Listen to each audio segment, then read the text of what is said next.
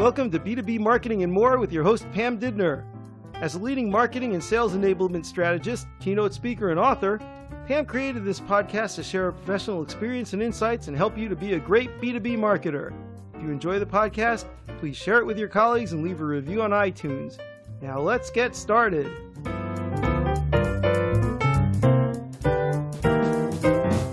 Another big hello from Portland, Oregon. I hope everybody's doing very well. I want to share a story or, a case study with you.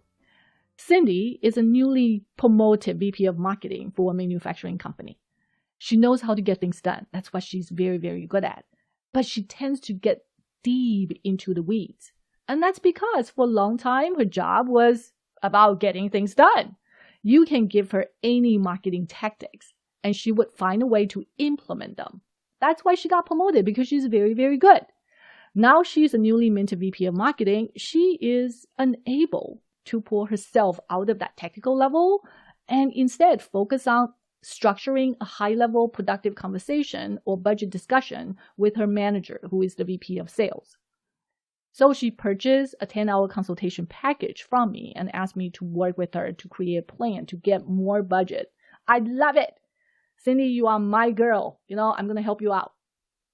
Her company's revenue is a little over $200 million, but her budget is substantially less than 1% of the total revenue, and her team is small.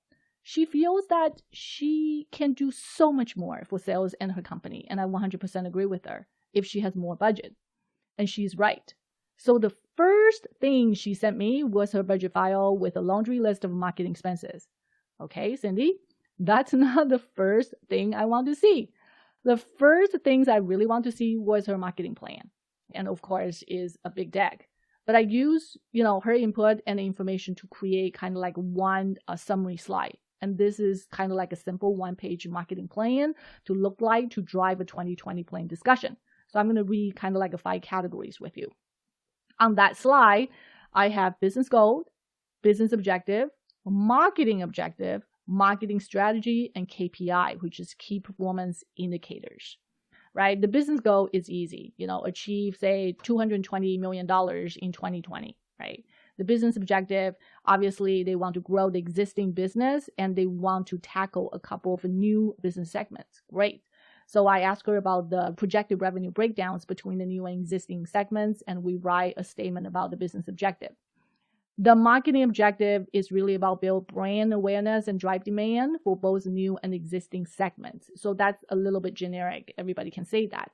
However, the marketing strategy is more tailored for the company. And there are 3. The number 1 is thought leadership. Number 2 is brand awareness. Number 3 is demand gen. Okay, which is also very typical. But the statement that she wrote is specifically for her company. Thought leadership, the statement is position the company's thought leadership by showcasing subject matter experts' technical know-how and expertise. All right. Number 2, build brand awareness by encouraging opt-in and engagement with high-level project managers and early career professionals in their target industries. So they specify the persona.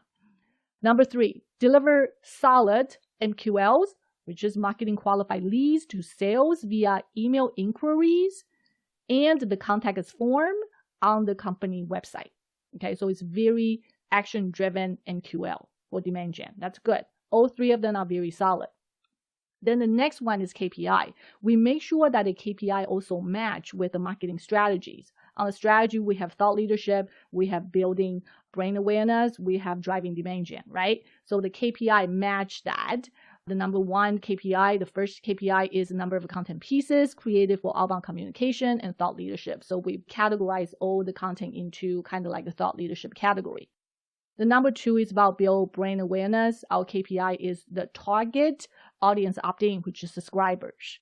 And number 3 is about demand gen. Then obviously is the number of MQLs based on the email inquiries and contact us form.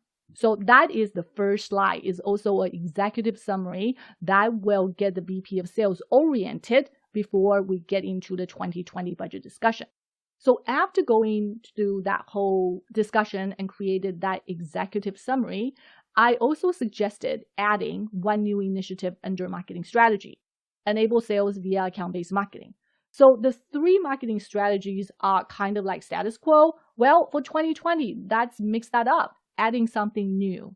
To go with that, we also added one more KPI, which is marketing's contribution to sales, which is, if you are doing ABM, we need to be able to measure that. And then the next things I asked her to do is categorize her budget and marketing expenses based on thought leadership, brand awareness, and demand gen. Voila! Now you don't have a laundry list of marketing expenses to show the VP of sales. You categorize it at a very high level and in three categories that align with your marketing strategy and also make it easy to drive the conversation with the VP of sales. Does that make sense?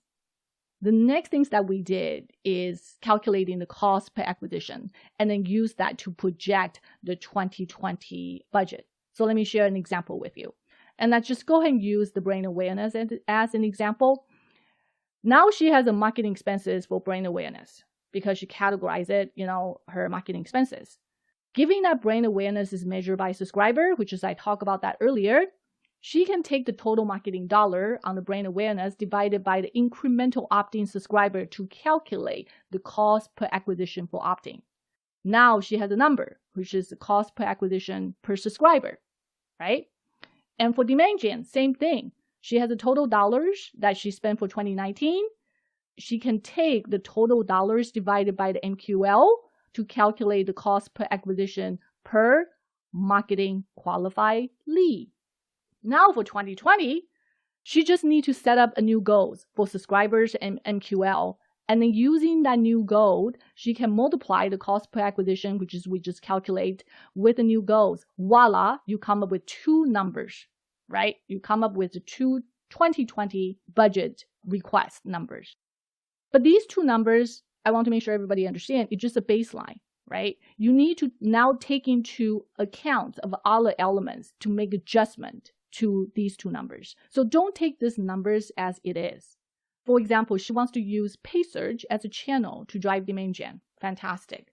Then the cost per acquisition will go up if we are going to do a paid media effort because paid search is a paid media effort, right? So your cost per acquisitions will go up. Therefore, you need to look at the new cost per acquisition number to do the calculation one more time. I also told Cindy that her current cost per acquisition for demand gen is way too low because she does everything organically. And that's also one of the reasons she's not meeting the current goal. On top of that, I suggested to Cindy to add sales enablement such as account-based marketing as a new initiative to support the sales team. Using a new initiative to ask for additional budget is a great tactic. The VP of sales may not be interested in budget increase, but he is certainly willing to entertain a discussion with Cindy about ABM to support the sales team because it's really about supporting sales. He's not going to say no, like right away. So we went back and forth about budget projections. We make sure that each budget item was calculated with proper assumptions and cost per acquisition.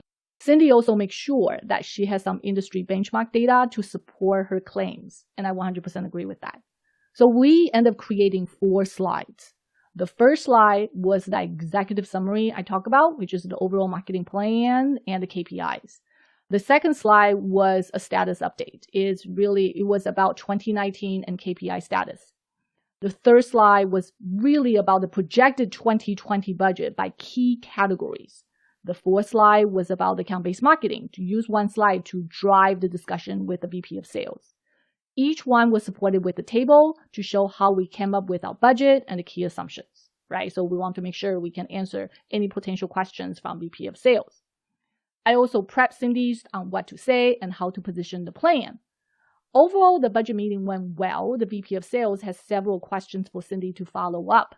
We didn't get all the budget we asked for, but she received a budget increase to try paid search and account-based marketing. Yay!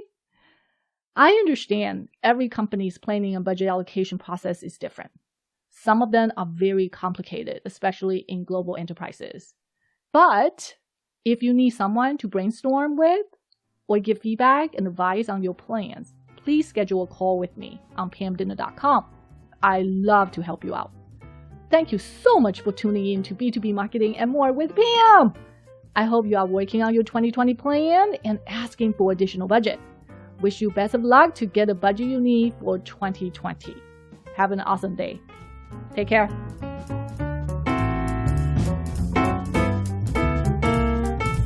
If you enjoyed this podcast, please share it with your colleagues and leave a review on iTunes.